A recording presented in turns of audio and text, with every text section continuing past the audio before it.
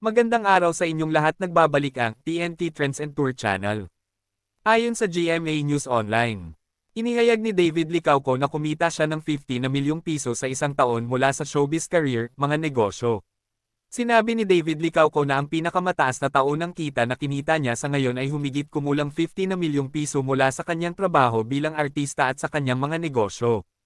Patalastas, sa pinakabagong TikTok vlog ng School of Discard, tinanong ang Sparkle Star tungkol sa pinakamalaking kita na kanyang kinita sa loob ng isang taon mula sa kanyang mga business ventures at acting career. Bago sumagot, hinulaan muna ni David ang host. Unang sinabi ng host na baka 10 million pesos, mas mataas siguro ang sinagot ni David. Gumawa siya ng panibagong hula ng 30 na milyong piso, ngunit sinabi ni David na mas mataas muli. Sa kanyang huling hula, tinanong ng IOD si David ng 50 million. Na sinagot ni David, saan man doon.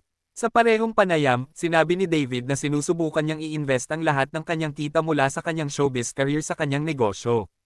Reckless ako pagdating sa invest. Sa tingin ko ako ay nasa isang yugto ng aking buhay kung saan kinakalkula ang panganib.